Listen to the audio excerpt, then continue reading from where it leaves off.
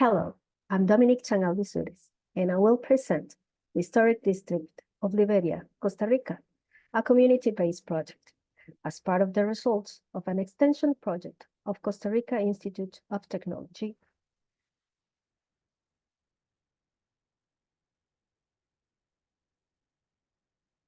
Liberia, situated within the Guanacaste, Costa Rica province, is a relatively modest city with a population of 70,000. During the peak season, Liberia welcomes over 100,000 visitors per month, representing nearly the 30% of all tourists who visit Costa Rica. While the majority of these tourists flock to the beaches of Guanacaste, less than 5% opt to explore the city of Liberia. The establishment of Liberia can be attributed to two key elements. Firstly, cattle ranches established in the region by landowners of Rivas, Nicaragua, in the 18th century, and secondly, the trading activities between Costa Rica Central Valley and Nicoya District, and routes towards northern Central America, particularly Nicaragua, resulted in the establishment of El Guanacaste town in 1769. This map, created in 1870 by Jose Maria Figueroa, one of the Costa Rica pioneer cartographers, depicts the city of Liberia. This is the earliest known map of the city. The map illustrated Liberia's historical role as transit and connection point, known as the crossroads. In the intersection of Calle Real and Avenida 25 de Julio, from which the initial neighborhoods were established. Liberia urban core, original as orthogonal pattern, typical of its founding area, grew and evolved to the construction of the Inter-American Highway and the Daniel Oliver International Airport. This transformed Liberia into the economic center of the canton. Liberia features earthen architecture, utilizing the adobe and bajareke techniques. The bajareke techniques involves a wooden structure made from a round timber and saw lumber, filled with mud-based plaster mixed with natural fibers for reinforcement and insulation, and finished with a lime-based pastel coat. The city has 12 buildings declared as heritage, each showcasing the traditional architecture techniques that have stood the test of the time. That includes corridors, inner courtyards, and clay-tiled roofs. Another distinctive architectural feature is La Puerta del Sol, or sun door. This is a corner door with two panels designed to block the sun while allowing airflow to fresh the interior. To the lime-based plaster and the local soil type, Liberia is also known as the White City. The Calle Real is the most significant road in Liberia. It served as the primary access route to the city until the mid-20th century. It is associated with the cultural events of historical significance known as Tope de Toros, where bulls from cattle ranchers are brought to the city to be ridden on the bull ring. Despite the adaptation of the events to modern times, it remains the most significant local tradition, serving as an integral component of Liberia's intangible cultural heritage.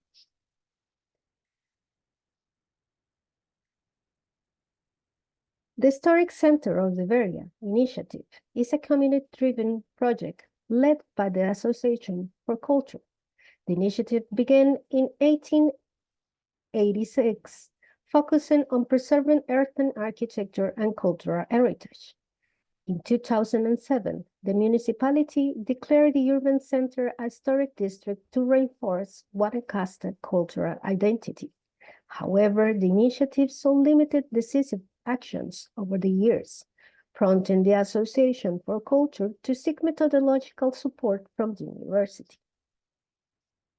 This academic project involves collaboration among 3 schools and various professions, including architects, urbanists, anthropologists, geographers, computer engineers, and undergraduate students majoring in architecture, tourism, and computer engineering. The extension project aims to achieve sustainable management of the historic center of Liberia, aligning with one of our research lines, the city, territory, and landscape. There are 4 phases. Phase 1, baseline. This phase, which focuses on establishment a baseline, has successfully concluded with an in-depth urban heritage and tourism diagnosis, as well as a comprehensive analysis of the legal framework. This phase has provided essential insights into the current state of the historic center and has laid the groundwork for subsequent phases. Phase 2, social construction for the vision. Currently in progress, this phase emphasizes full participation from the community in the construction of the future vision for the historic center. Activities include participatory digital mapping, the identification of urban landscape units in a HIS update. This phase represents the most crucial stage of the project, and it serves as the base for subsequent 2 phases. In this phase, the community engaged in a participatory process to determine its aspiration for the future and envision its own historic center. The participatory approach has been challenging due to the multiplicity of interests and the variety of narratives associated with urban space. Phase 3, inventory and categorization. The project will transition into the inventory and categorization phase, where significant elements within the historic center will be systematically documented and classified. This process will be instrumental in establishing technical criteria for levels of intervention, thereby informing future preservation and development efforts. Furthermore, providing training for municipality officials underscores the initiatives committed to building local capacity and ensuring sustainable impact beyond the project duration. Phase 4, guidance development. The final phase will see the development of comprehensive guidelines across various domains, including urban architectural consideration, artistic and cultural manifestation, citizen participation and appropriation of public space, environmental considerations, economical financial aspects, and regulatory proposals. By addressing this multifaceted aspect, the initiative aims to create a holistic framework that not only preserves the historical and cultural significance of the area, but also fosters sustainable socioeconomic development. Envision the future through social construction. From 2022 to 2024, a participatory methodology was employed to recognize and validate diverse perspectives, fostering a horizontal relationship and collaborative knowledge construction among all participants. This process helped identify the stakeholders and the various narratives within the urban context. But are we all talking about the same thing? What does the idea of historic center represent for everyone involved? Methodology includes workshops, in-depth interviews, participant observation, informal conversations, public exhibitions, and audiovisual recordings.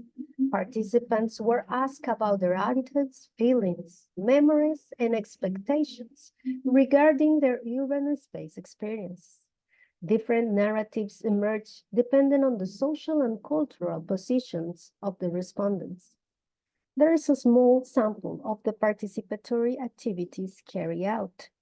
The expectation workshops, there the beginning, participants began to answer a series of generating questions individually. writing the response on sticky notes and grouping similar answers. In plenary sessions, these answers and grouping were reviewed, allowing participants to clarify and expand their responses, sharing both convergent and divergent points of view. This information was recorded in audiovisual media and field diaries. The systematization projects include photographing flip charts to capture information, digitalizing the text using the Miro application, and transcribing and reviewing audios, photographs, and field notes.